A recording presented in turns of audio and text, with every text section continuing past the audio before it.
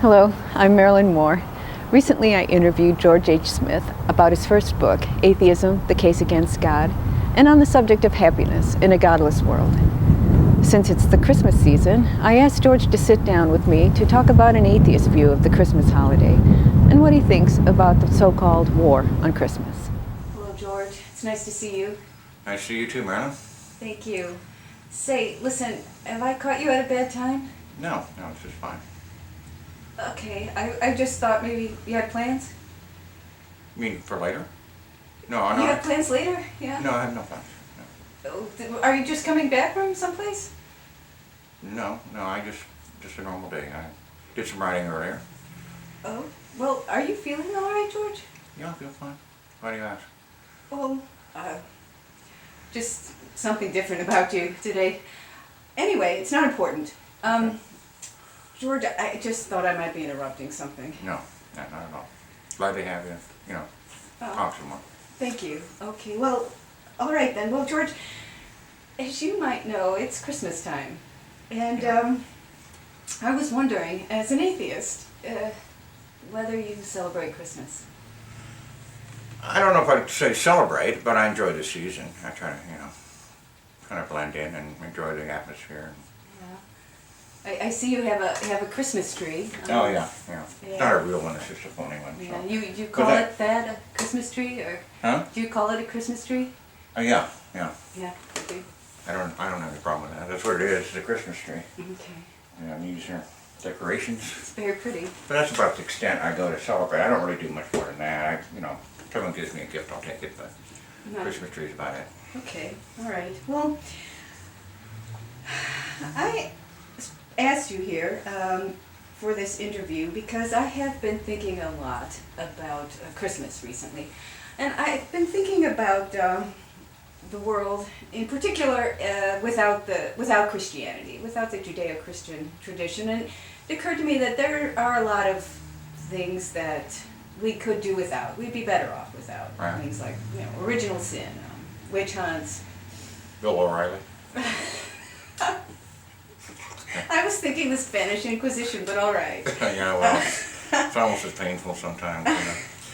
Anyway, but Christmas has been a real stumbling block for me because I sincerely think the world would be a worse place without Christmas. And, I agree.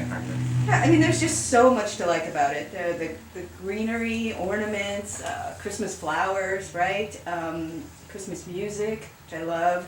Christmas gifts, cookies, eggnog, Santa Claus even. Right. So what I was wondering is if you would help me try to understand this war on Christmas. It's interesting, is it kind of like the Puritans? The Puritan settlers in the colonies didn't celebrate Christmas at all. They outlawed it for a while. Yeah, they outlawed it, excuse me. Yeah, they didn't like Christmas. They didn't think there was any biblical evidence for it. They thought that the celebration of Christmas had too many pagan overlays on it, and that it contributed to immoral behavior. Things like idolatry, drunkenness, gluttony, gambling, sexual license, cursing, swearing, and idleness. So is that part of the war on Christmas? I don't think so.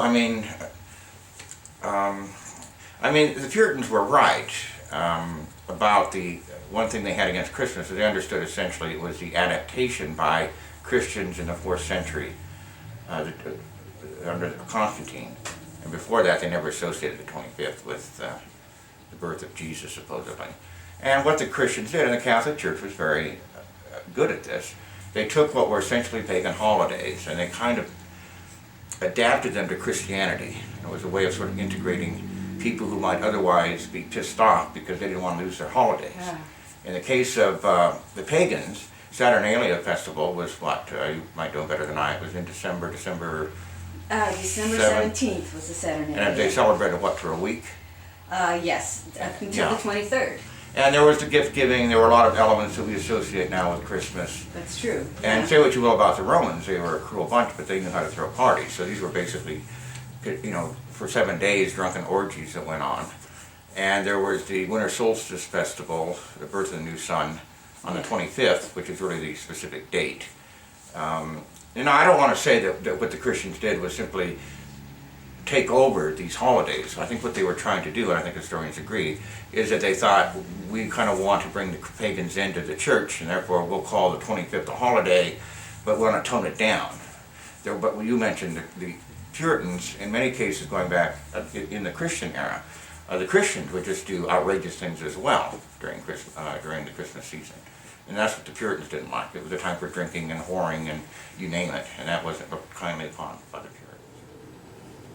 Anyway, George, what is your opinion of the so-called war on Christmas?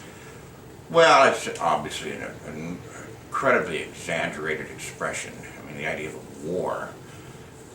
There are various atheist or secularist groups around bringing or threatening to bring lawsuits when certain religious symbols, or always seem to be Christian symbols, are put on government property, so-called government property. And they raise it as a church-state issue. I think that's a legitimate issue. That's not to say that I always agree with the extent that these actions are taken by atheists and secularists. I think sometimes the issues are more complicated in that you do have this sort of melding in American culture of the secular and the religious in the Christmas holidays. And you know. Anyway, I don't want to spend a lot of time on this right now unless you want me to go into more detail. Well, But there are legitimate issues, but in my mind, they're kind of, sometimes they also kind of become very gray. For example, the idea, I remember years ago, when I lived in LA, there was this whole to-do about whether there should be Merry Christmas signs in post offices. Okay. Now, I had no problem with that. Now, some of these hardcore types, these movement types, will say, well, but it should be Happy Holidays, because Christmas, Christ, Mass, right? Well, okay, we're trying to deal with the etymology of a word, but when I say Merry Christmas to somebody, I'm not thinking of Christ. I don't believe in Jesus. I'm not even sure that character ever existed. I don't see the need to call something a holiday tree, although admittedly the holiday we're talking about is much broader. It really kind of has pagan origins, the actual date and everything. But anyway, I think some of that's exaggerated. But let me just add this idea of say a creche or a manger scene being on state property. That I do have a problem with it because it's a specifically religious symbol. Now some of these conservatives will say, well, it's not, it's a secular holiday and da-da-da. Well, if it's a secular holiday, then put a picture, put a statue of Santa. Why does it have to be a manger scene? That's specific religious symbolism. And I can't imagine Christians would put up with state sponsoring any other religion. George, I think that sounds like separation of church and state is a legitimate concern for any citizen Of course it is. in this country, and it doesn't sound out of line to be asking questions about that if something strikes you as too much of a gray area or a direct violation. But that hardly seems to constitute a war on Well, Christmas. exactly. I mean, part of my complaint with, again, I'm not stereotyping all atheists or all secularists. So let's be clear what secularism means. It means that government should not concern itself with any religion. It doesn't mean that it should be atheistic. Then you hear this saying, well, atheism or secularism is itself a type of religion. Well, then Christians should be very pleased, because aren't they pro-religion? I mean, you can't have it both ways. And when they say, oh, you don't believe in religion, on the other hand, you're a religion. Well, is religion good? Oh, yes, religion is wonderful. Well, if secularists are religious people, then you should have no problem with this. But I think the church-state issue is a legitimate concern. But I just think sometimes that these atheist groups should pick their targets better, because sometimes they focus on, to me, very trivial issues that are not sort of this slippery slide problem, because you've got the problem of conventional symbols sometimes that mingle. And there is no clear-cut solution to this so long as you have public property. And let me just say one more thing about what particularly irritates me. All these conservatives, especially on Fox, saying, oh, the secularists or atheists want to take religion out of the public square. The public square. Well, what the hell is the public square? This ambiguity. If are you talking about state property? Then yeah, who would want the state to promote any religion? If you believe in the Constitution, that was the idea, especially behind the Bill of Rights also, but not having religious tests in the Constitution. The framers were very concerned about that. And so, it'd be a lot easier if you would stop laughing. The fuzz from your beard. I know. It's just it's something strange. You give me this cheap Santa suit, and you say, "Oh, put this on; it'll be great. You two people will love it." And now I'm eating shit. It's probably gonna give me cancer, and I'm gonna die. It's probably asbestos made in China. I'm inhaling stuff that I know can't be good for me. So what's happening here? It's gonna stuck on your gloves. Yeah, I know. You're talking. We wouldn't want this to look strange or anything, would we? Oh, okay, I'm sorry. We're gonna have to No, put something together. It's my fault. I'm sorry. It was very unprofessional. Yeah, well, this is professional. Right? Look at me for crying out loud. I could take my pants off and add to the thrill. But no, this is very professional right now. I just feel this will greatly add to my. Actually, I'm taking on this gravitas. Doesn't that look like it's something that you should not be close to anyone's face? Oh God. Okay. All right. You buy a $30 Santa suit. Now. Anyway, there's any point in making this. We just make this the damn video and forget about it. Well, now, Yeah. nobody's telling anyone that they can't celebrate Christmas, correct? No. No, we can all go home or out to parties, out to bars, out to all of the traditional places for celebrating and have ourselves a right jolly Christmas, can't we? We seem to have lost the intellectual substance here. That's the whole point of Christmas. Yeah. I just wonder whether we can even have a serious conversation of any sort as long as I'm wearing this Santa outfit. Would it help if I took the beard off? No, the gravitas that you... You like that? I do. Yeah, I look real dignified. I could be wearing a Abe Lincoln outfit instead. He was a little taller than you. This is I think very you've got the weird. perfect proportions for Santa Claus. Well, George, do you have a problem with Christmas? No, not really. I mean, there are these issues that we kind of touched on about religious symbolism on state property, that sort of thing. But as far as I'm concerned, they're not major issues for the most part. And any excuse I have to goof off and not feel guilty. I like Christmas jazz a lot. Christmas season gives me an excuse to listen to that. Gives people a chance to be friendlier than they might normally. Mm-hmm. I like the atmosphere of Christmas. Some of my fondest memories as a boy were at Christmas time. And I'm very fond of it. And I think it's a great holiday. I have no problem with saying Merry Christmas to people.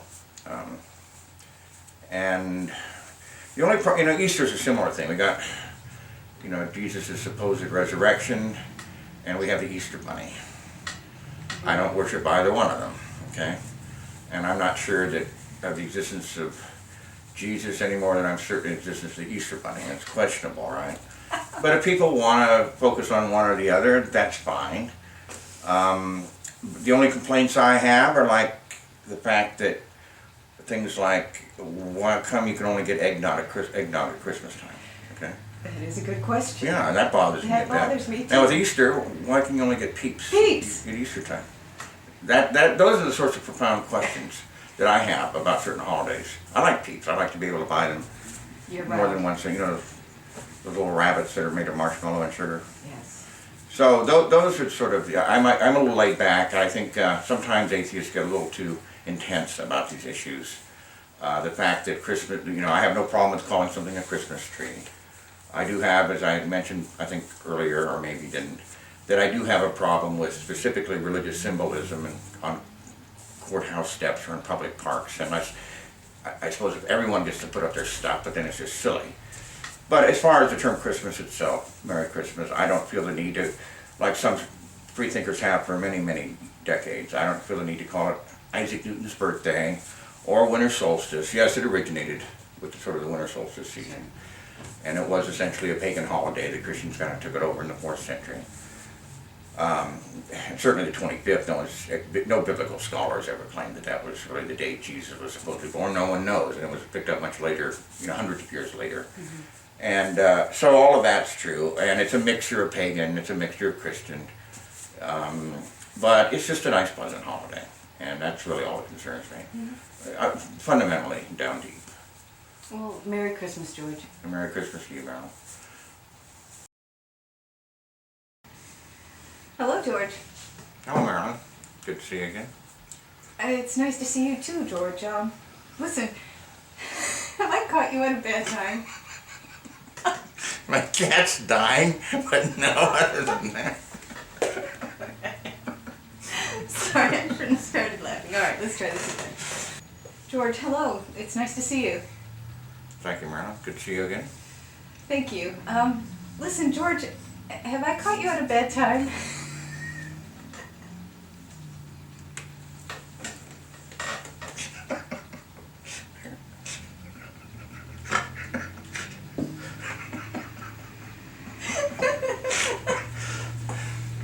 George, hello. It's nice to see you. Thank you, Marilyn. Good to see you. Thank you. Listen, George, have I caught you at a bad time? You can't do that. It's gonna make me laugh. Oh, you gotta do that. Come on, you gotta get your game face on.